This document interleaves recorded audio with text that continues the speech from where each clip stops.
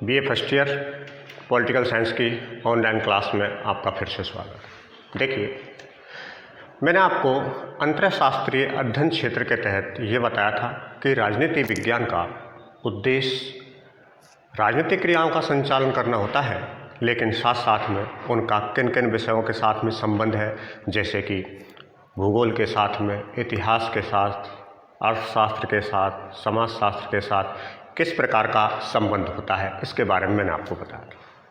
अब आपका नेक्स्ट जो टॉपिक है वो है राज्य, उसका अर्थ एवं परिभाषा। वैसे राज्य कहा किसे जाता है? सामान्यतः अपन एक छोटे प्रदेश को जिसके पास में संप्रभु शक्ति नहीं होती उसे भी अपन राज्य कहते हैं, लेकिन राजनीति विज्ञान के तहत राज्य शब्द का उपयोग केवल उस प्रदेश के लिए किया जाता है जहां उसे संप्रभु शक्ति भी प्राप्त होती है। वैसे सामान्यतः देखा जाता है कि इसका विकास सबसे पहले यूनानी राज व्यवस्था से माना जाता है। यूनानी राज व्यवस्था के तहत इसे सबसे देखिए कि स्टेट शब्द को उपयोग लिया गया था, जिसका तात्पर्य केवल नगर राज्य होता है। लेकिन बाद में वैसे देखा जाता है कि इसकी उत्पत्ति है वो अंग्रेजी के स्टेट शब्द से हुई है, जिसका तात्पर्य मैंने आपको बताया कि नगर राज्य माना जाता है। लेकिन दूसरी तरफ स्टेटस भी एक शब्द है जो राज्य को परिभाषित करता है, जिसे अपन कहते हैं सामान्यतः कि यह व्यक्ति का सामाजिक स्तर को इंगित करता है। देखिए, कुछ विद्वान ऐसे हैं जिन्होंने अपनी अपनी परिभाषाओं के माध्यम से राज्य को परिभाषित करने का यथावत प्रयत्न किया है, और इसमें सबसे पहले अपन ये देखते हैं कि ये है गिलक्राइस्ट। ये गिलक्राइस्ट बताता है कि निश्चित प्रदेश में सरकार के अधीन एक ऐसा संगठन राज्य कहलाता है जिसमें कुछ व्यक्ति स्थायी रूप से निवास करते हैं। इसी प्रकार से अपनी परिभाषाओं में यानी गार्नर ने भी कहा है कि राज्य बहुसंख्यक व्यक्तियों का वह समुदाय है जो किसी प्रदेश में निश्चित भूभाग में स्थायी रूप से निवास करता है या स्थायी रूप से रहता हो। अपन इसे इस प्रकार से बता सकते हैं। इसी प्रकार से देखिए, व्लोर ने भी इसे परिभाषित किया है और कहा है कि राज्य एक ऐसा कानून स्वरूप है या कानूनी व्यक्ति एक ऐसा स्वरूप है जिसे कानून निर्माण करने का अधिकार पाया जाता है। वहीं कुछ राज्य को एक अपनी रिपब्लिक के तहत प्लेटो ने भी कहा था कि राज्य व्यक्ति का ही एक बृहद रूप है या उसका विराट रूप है। एक तरफ अपन ये कह सकते हैं कि कुछ व्यक्ति जो राज्य को परिभाषित करते हैं, दूसरी तरफ राज्य को आवश्यक बुराई के रूप में मानते हुए भी उन्होंने परिभाषित किया है, जैसे कि कार्ल मार्क्स है। और कार्ल मार्क्स ने यह बताया कि राज्य केवल एक ऐसी मशीन है जहां एक वर्ग दूसरे का शोषण करता है। तो इस प्रकार से इसे परिभाषित किया गया है। वैसे अगर देखा जाता है तो सामान्यतः अपन कहते हैं कि राज्य किस किस रूप में कैसे इसे परिभाषित किया जा सकता हो और इसे अपने शब्दों में कैसे निर्धारित किया जाता है। तो सामान्यतः देखिए, राज्य के कुछ आवश्यक तत्व होते हैं और उन आवश्यक तत्वों में जैसे कि पहला, या अपन ये कह सकते हैं कि पहला पॉइंट है निश्चित भूभाग।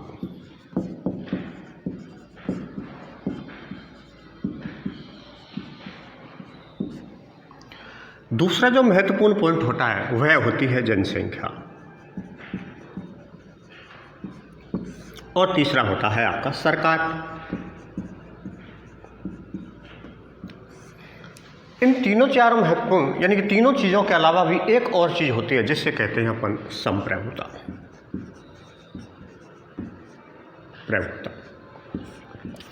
तो सामान्य से देखें, कुछ आपके पास में उदाहरण भी मिल जाते हैं।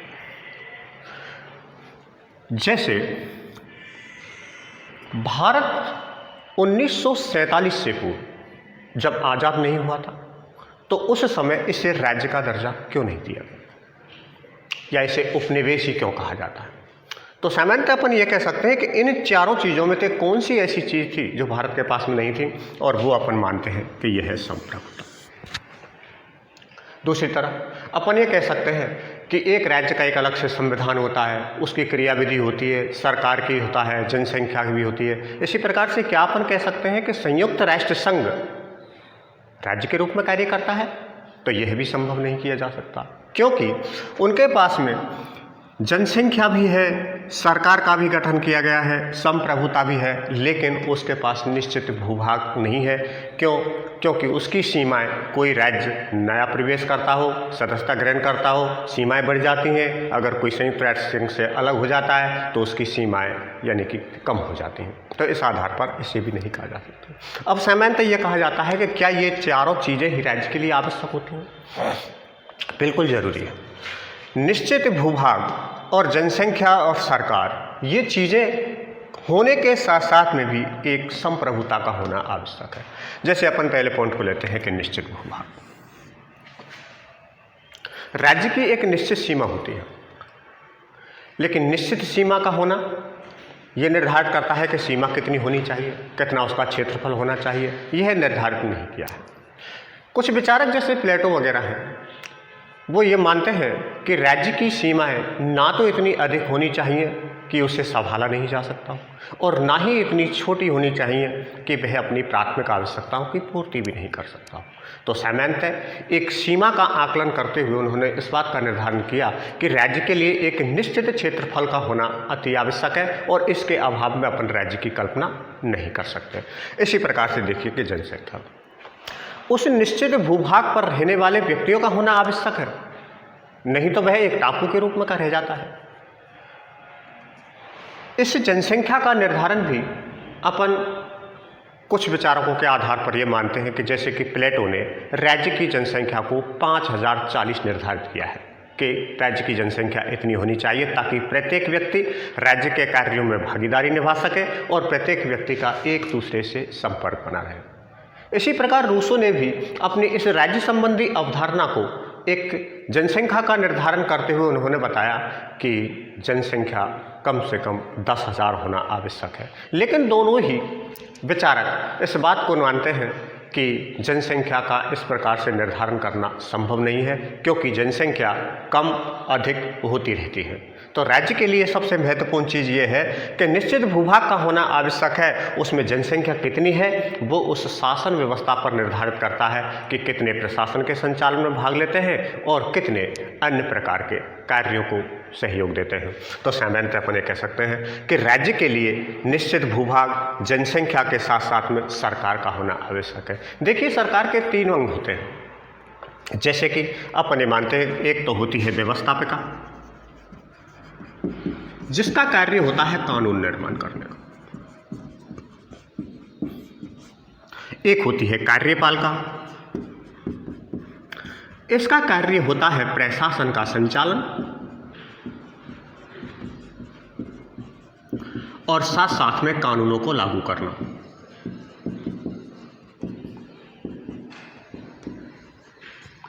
और तीसरा महत्वपूर्ण जो अंग होता है सरकार का वो होती है न्यायपालिका,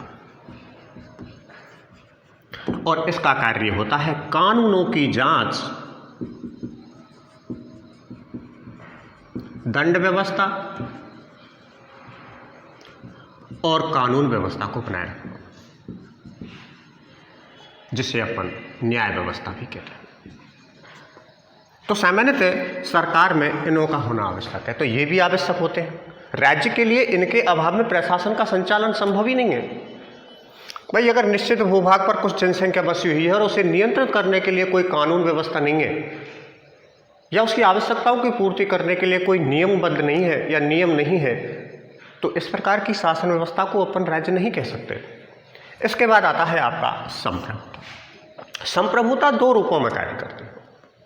विशेष तौर से अपन ये कह सकते हैं, एक तो होती है आंतरिक संप्रभुता और दूसरी होती है बाह्य संप्रभुता। संप्रभुता होती क्या है? सबसे महत्वपूर्ण चीज, राज्य में संप्रभुता का होना अति आवश्यक है, लेकिन यह संप्रभुता होती क्या है? यानी कि संप्रभुता राज्य की वह सर्वोच्च शक्ति होती है जो आंतरिक क्षेत्र में नीतियों को संचालित करने में सर्वोच्चता रखती हो और बाहरी क्षेत्र में स्वतंत्र विदेश नीतियों का संचालन करती हो।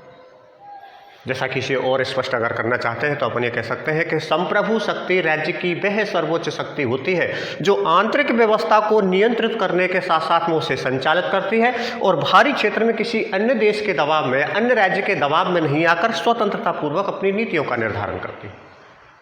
इसे अपन पूर्ण रूप से राज्य के रूप में मानते हैं जब ये राज्य होता है। अब आपके पास में परिभाषा निकल कर आती है कि राज्य किसे कहते हैं। आप अपने शब्दों में बनाइए, अलग अलग विचारकों ने किस किस प्रकार से बनाया है। निश्चित भूभाग पर बसी हुई वह जनसंख्या जो सरकार के नियंत्रण में कार्य करती है और आंतरिक एवं बाहरी क्षेत्र में स्वतंत्र विदेश नीतियों के संचालन का अधिकार रखती है, उसे अपन राज्य कहते हैं। तो सामान्यतः अपन कह सकते हैं कि निश्चित भूभाग का होना अति आवश्यक है, जनसंख्या का होना अति आवश्यक है और सरकार का होना अति आवश्यक है, और इन तीनों से अधिक महत्वपूर्ण है आपकी संप्रभुता, क्योंकि संप्रभुता के अभाव में हम किसी राज्य की कल्पना नहीं कर सकते और ना ही निश्चित भूभाग के अभाव में अपन राज्य की कल्पना कर सकते हैं। तो सामान्यतः अपन ये कह सकते हैं कि राज्य वह संस्था होती है जो निश्चित क्षेत्र पर बसी हुई जनसंख्या को नियंत्रित करती हो सरकार के द्वारा और आंतरिक एवं बाहरी क्षेत्र में सर्वोच्चता प्राप्त हो। इस आधार पर अपन कह सकते हैं कि अब देखिए कि कुछ प्रश्न ऐसे आते हैं कि यह संप्रभुता होती क्या है, राज्य में यह कहाँ पाई जाती है संप्रभुता। तो संप्रभुता को मानने के लिए अपन कुछ बिंदुओं पर चर्चा करते हैं, जैसे कि राज्य में कार्य करने वाले लगभग 5 महत्वपूर्ण तत्व होते हैं। पहला है राष्ट्रपति, जो पूरे प्रशासनिक व्यवस्था का संचालन करता है। इसके बाद में होती है आपकी संसद, क्योंकि संसद के द्वारा ही कानून बनाए जाते हैं। इसके बाद होती है आपकी न्यायपालिका,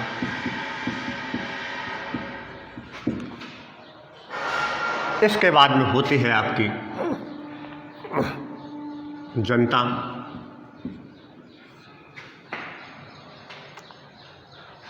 और इसके बाद में होती है प्रधानमंत्री।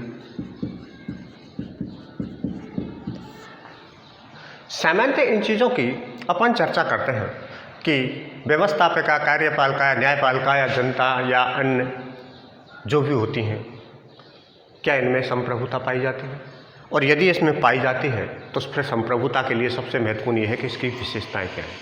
तो देखिए, राज्य में संप्रभुता का होना अति आवश्यक है, लेकिन इसके कुछ गुण भी पाए जाते हैं। जैसे अपन मानते हैं कि संप्रभुता पहली बात तो सर्वोच्च होती है, संप्रभुता अखंड होती है, संप्रभुता सर्वव्यापक होती है,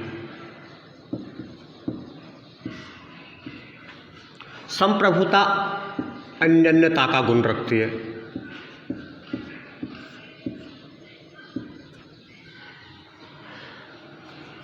संप्रभुता अविभाज्य होती है,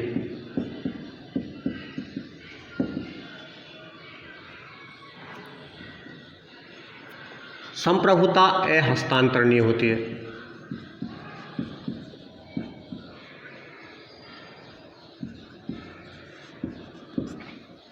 और संप्रभुता बृहद रूप में कार्य करती है।